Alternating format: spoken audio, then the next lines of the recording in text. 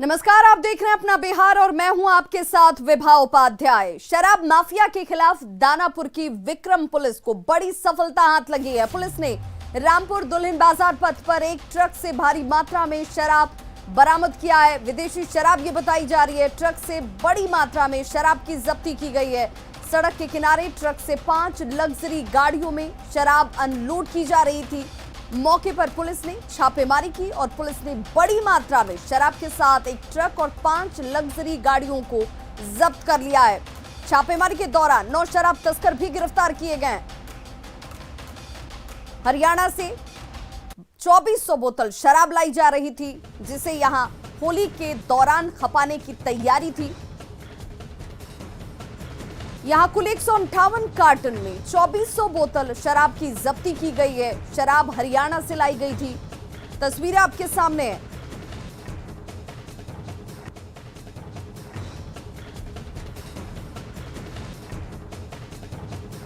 तो विक्रम पुलिस को यह बड़ी कामयाबी हाथ लगी है। 2 तस्वीरें आपके सामने है। देखिए, ये वो तमाम गाड़ियां जिन लग्जरी गाड़ियों में शराब की ये खेप होली के दौरान खपाने की नीयत से बिहार में हरियाणा से लाई गई थी। हरियाणा की नंबर प्लेट लगी ये गाड़ियां और एक ट्रक की जब्ती भी की गई है और इसे अनलोड किया जा रहा था, जिसकी जानकारी पुलिस को लगी और इसके बाद कार्रवाई की गई है। 9 तस्करों को गिरफ्तार किया गया है। 2 तस्वीरों के जरिए आप देख सकते हैं कि किस तरीके से एक बड़ी खेप शराब की यहां पर खपाने की तैयारी में ये तस्कर थे, लेकिन पुलिस की चुस्ती और कार्रवाई के बाद ये सभी गिरफ्त में। वहीं दूसरी तस्वीर दरभंगा की देखिए, जहां पर ट्रक से जब्ती की गई है। एक ट्रक सहित 4 अन्य गाड़ियां बरामद हुई और सभी गाड़ियों पर शराब लदे अवस्था में पाया गया एवं सभी गाड़ियों पर कुछ व्यक्ति पकड़े भी गए। कितनी संख्या है जो पकड़े गए? पकड़े गए व्यक्तियों की संख्या 9 है। तो देखिए, तस्वीर आपके सामने है और इन तस्वीरों को देखकर आप अंदाजा लगा सकते हैं कि किस तरीके से यहां पर लग्जरी गाड़ियों का इस्तेमाल किया जा रहा था। एक से एक गाड़ियां जिस पर आसानी से किसी को शक नहीं होगा, लेकिन इन गाड़ियों में लोड क्या था? शराब। और हरियाणा से ये शराब बिहार में लाई गई थी। होली के दौरान इसे खपाने की तैयारी थी। और जो दूसरी तस्वीर है वो दरभंगा की है, जहां पर प्रशासन की ओर से कार्रवाई की गई और ये जब्ती शराब की। थाना अंतर्गत भी करीबन 2200 लीटर के आसपास जो है विदेशी शराब की एक खेप पकड़ी गई है और वो गाड़ी यूपी नंबर की गाड़ी है और उस पर जब्त की गई है। हालांकि उसमें जो भी लोग थे वो भाग गए हैं, परंतु हम लोग तहकीकात कर रहे हैं कि किसकी गाड़ी थी और किसका सामान था। और गया में कांग्रेस नेता के भाई को गोली मारने की घटना का सीसीटीवी फुटेज सामने आ चुका है। अपराधियों ने शख्स पर 5 राउंड गोली चलाई, जिनमें 3 गोली फहीम बारी को लगी है। ये वो सीसीटीवी फुटेज जिसको आप अपने टीवी स्क्रीन पर इस वक्त देख रहे हैं। देखिए, ये है कांग्रेस नेता फहीम बारी के भाई, जिनमें गोली जिन्हें मारी गई। नकाबपोश यहां पर अपराधी पहले से मौजूद थे।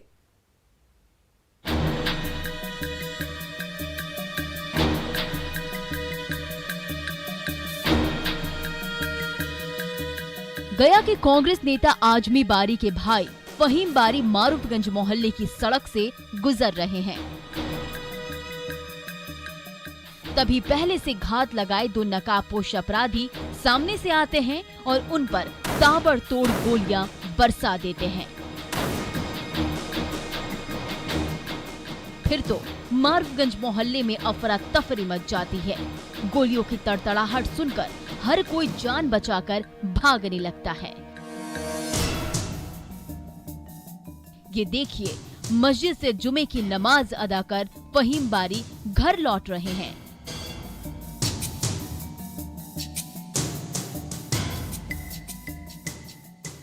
देखिए, तभी 2 नकाबपोश अपराधियों ने पिस्टल से उन पर फायरिंग शुरू कर दी।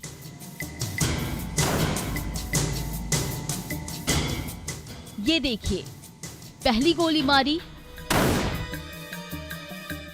और ये दूसरी गोली मारी।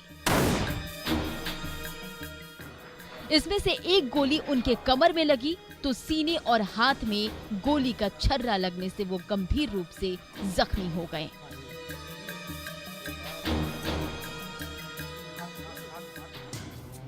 घायल फहीम बारी को तुरंत गया के मगध मेडिकल कॉलेज अस्पताल में एडमिट कराया गया, जहां उनकी हालत अब खतरे से बाहर है। गोलीबारी के पीछे जमीन विवाद की बात सामने आ रही है। अनिरुद्ध यादव, संजय यादव, पप्पू यादव और 5-6 था, सब मिल करके आकर के पैदल गाड़ी था, मारने का प्रयास 1 साल में पहले भी मगर नहीं मार सका, हमने यहाँ मारा। मारूफगंज जैसे गया के व्यस्ततम इलाके में दिन दहाड़े हुई गोलीबारी से पूरे इलाके में दहशत फैल गई है। वारदात के दौरान गोली लगने से फहीम बारी तो घायल हुए ही वहां मौजूद 2 अन्य लोग भी गोलीबारी की चपेट में आ गए। इन सबको इलाज के लिए गया के ANMCH में भर्ती कराया गया है। गया पुलिस अपराधियों की धरपकड़ के लिए जोर शोर से छापेमारी कर रही है। जो अभी प्रथम दृष्टया जो हम लोग को जानकारी मिली है, तो इसमें लगता है कि वहाँ के बहुत बड़े लोग जमींदार लोग हैं और कुछ जमीन का भी इसमें विवाद हो सकता है। इस CCTV फुटेज से साफ जाहिर हो रहा है कि गया के अपराधियों का दुस्साहस कितना बढ़ गया है। तभी तो शातिर अपराधी भीड़ भाड़ वाले इलाके में भी दिन दहाड़े गोलियां बरसाने से नहीं चूक रहे हैं। एलन लिली, न्यूज़ 18 गया।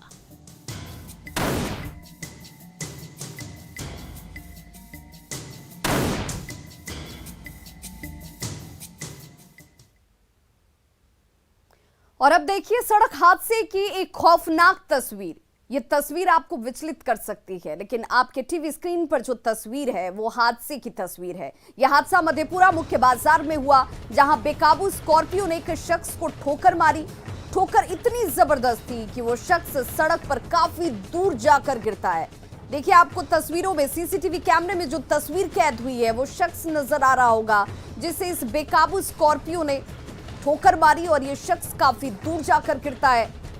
लेकिन स्कॉर्पियो चालक ने गाड़ी को रोकने की जरूरत नहीं समझी। हादसे में उस शख्स की मौत हो गई है। बताया जाता है कि अहले सुबह ये शख्स दुर्गा मंदिर से पूजा कर वापस लौट रहा था और तभी मंदिर से कुछ ही दूरी पर एक अनियंत्रित बोलेरो जो स्कॉर्पियो है उसने इस शख्स को ठोकर मारी और पूरी वारदात CCTV कैमरे में कैद हो गई।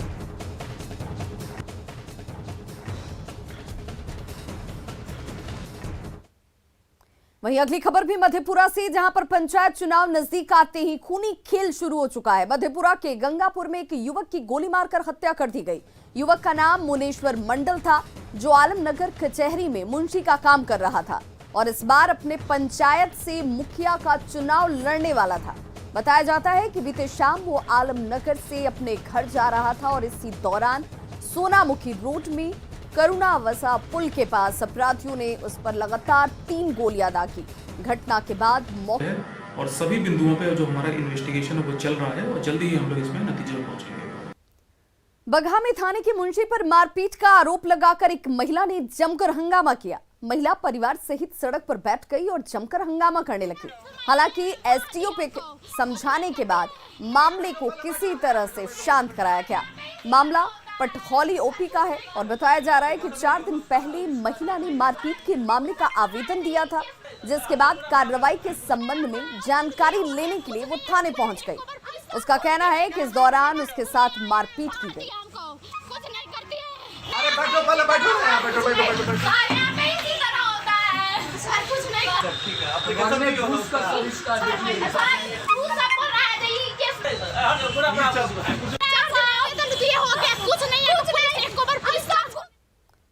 और अब आपको दिखाते हैं पोषाहार की एक तस्वीर, जिसे देखकर आप कहेंगे ये पोषाहार है या फिर बीमारी का कारोबार।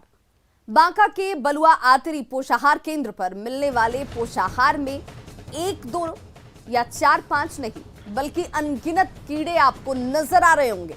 जिले के बौंसी प्रखंड के पोषाहार केंद्रों पर ऐसे चावल का वितरण किया जा रहा है। केंद्र की सेविका जानकी कुमारी लाभुकों के बीच ऐसे चावल और सोया बड़ी का वितरण कर रही हैं, जो इंसान तो क्या जानवरों के भी खाने लायक नहीं है। ऐसे पोषाहार को लेकर ग्रामीणों ने केंद्र पर जमकर हंगामा किया। पोषाहार केंद्र पर और भी कई समस्याएं हैं। यहां लाभुकों को कभी भी उचित पोषाहार नहीं मिलता है। जाहिर है पोषाहार केंद्रों पर गर्भवती और धात्री महिलाओं को 3.5 किलो चावल, 1.25 किलो दाल और 200 ग्राम सोया बड़ी देने का प्रावधान है, लेकिन ऐसा होता नहीं। चावल कहाँ मिला था आपको? कब दिया था? कितना चावल है उसमें?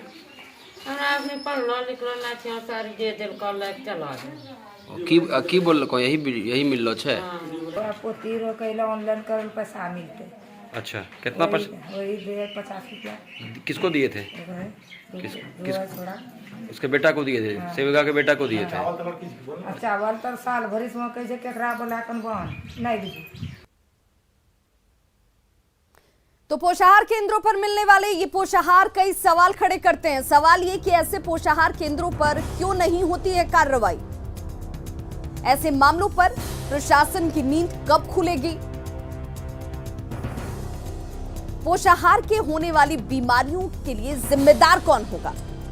क्योंकि अगर ऐसे पोषाहार होते हैं तो उन्हें खाने के बाद बीमारियों का होना लाजमी है।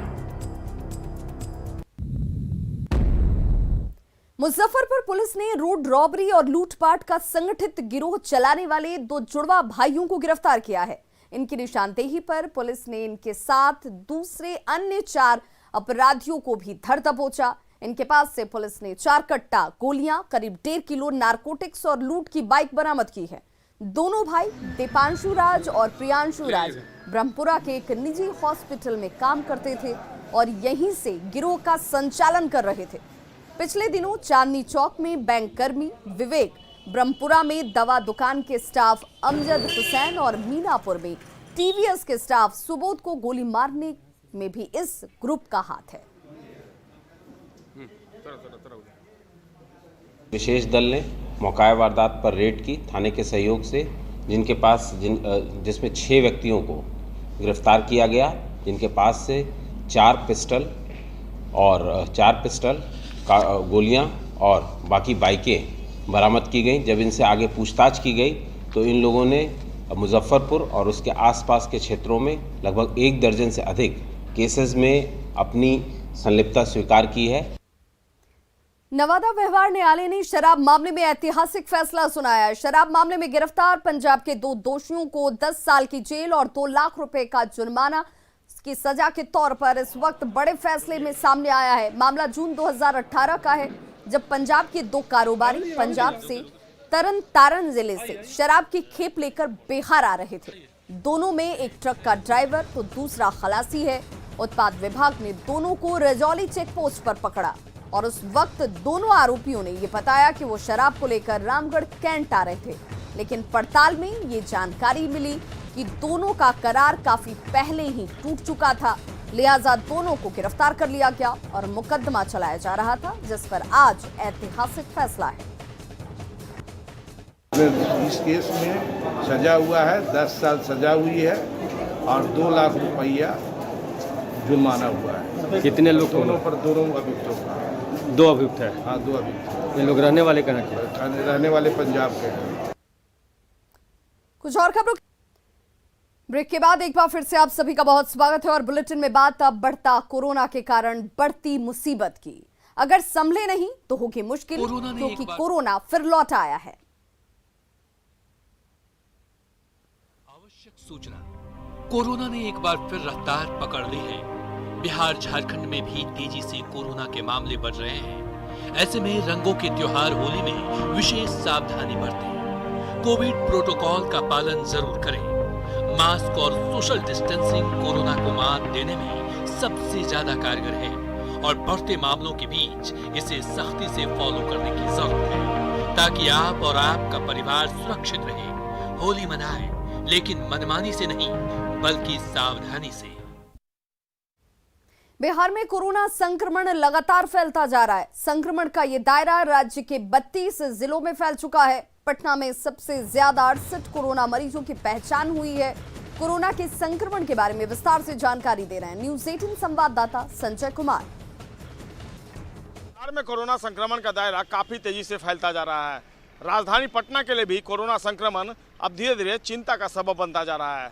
हालांकि जांच की जो प्रक्रिया है वो बहुत जगह लापरवाही के दायरे में दिख रही है। राजधानी पटना समेत पूरे राज्य में शुक्रवार को कोरोना के 211 नए मरीज मिले हैं। जाहिर सी बात है धीरे धीरे यह जो संख्या है ये बढ़ रही है। स्वास्थ्य विभाग से मिली जानकारी के अनुसार राज्य के 5 जिलों में 10 से अधिक संक्रमित मरीज मिले हैं, जबकि शेष जिलों में 10 से कम मरीजों को पाया गया है।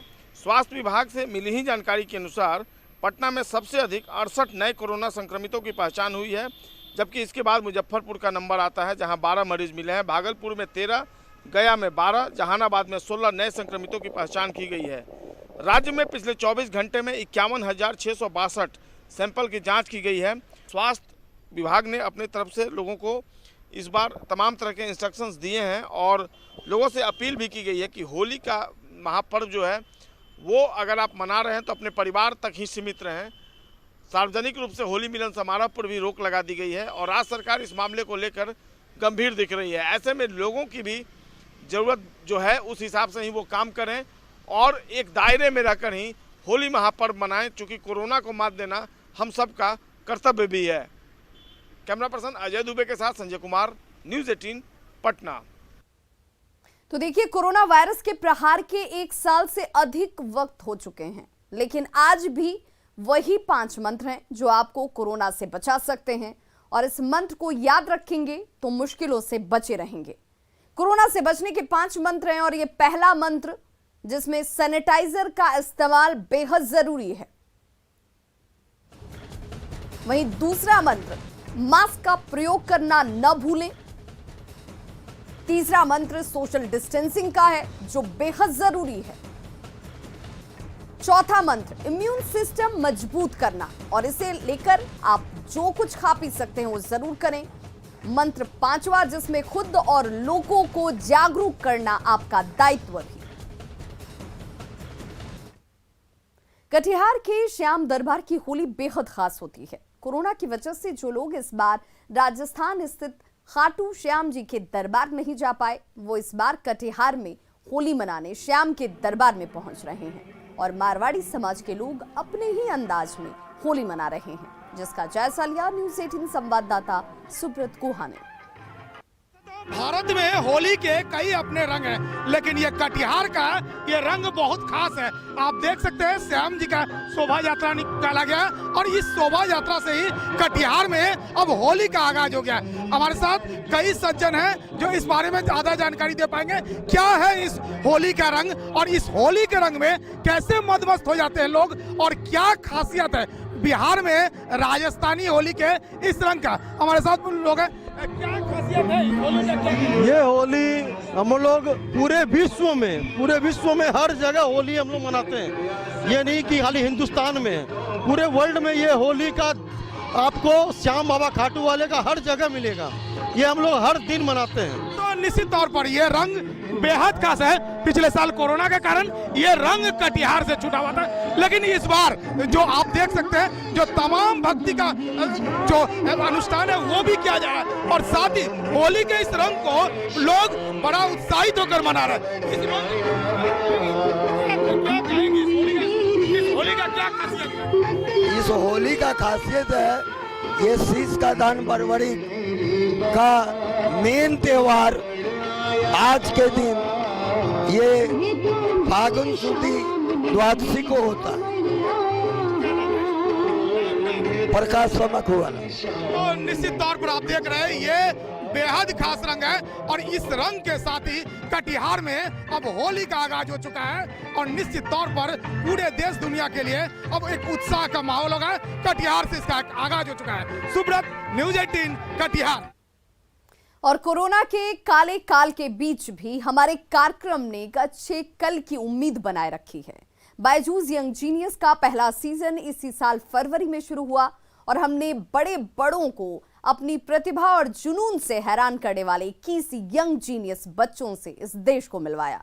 ये बच्चे वाकई कमाल के हैं और इनकी बढ़ती चमक का जश्न मनाने के लिए संगीतकार सलीम मर्चेंट के साथ मिलकर नेटवर्क 18 ने बनाई ये खास पेशकश।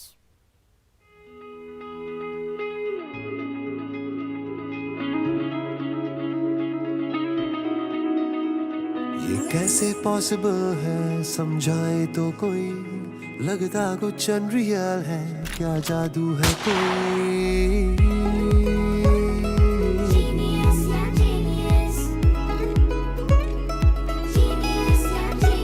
है उम्र तो छोटी बहुत पर काम है बड़े, आने वाले कल की उम्मीदों से हो तुम जुड़े।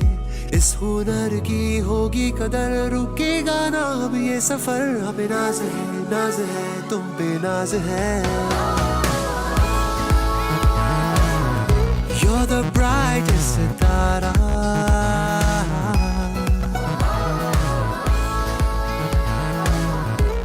तुमसे है नूर सारा। हो जीनियस यंग जीनियस, तुम बेमिसाल हो, छोटी सी एज में सीरियस, सच में कमाल हो। You're the brightest Sitara,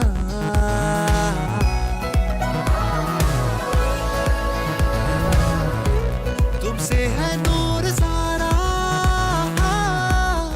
brightest Sitara.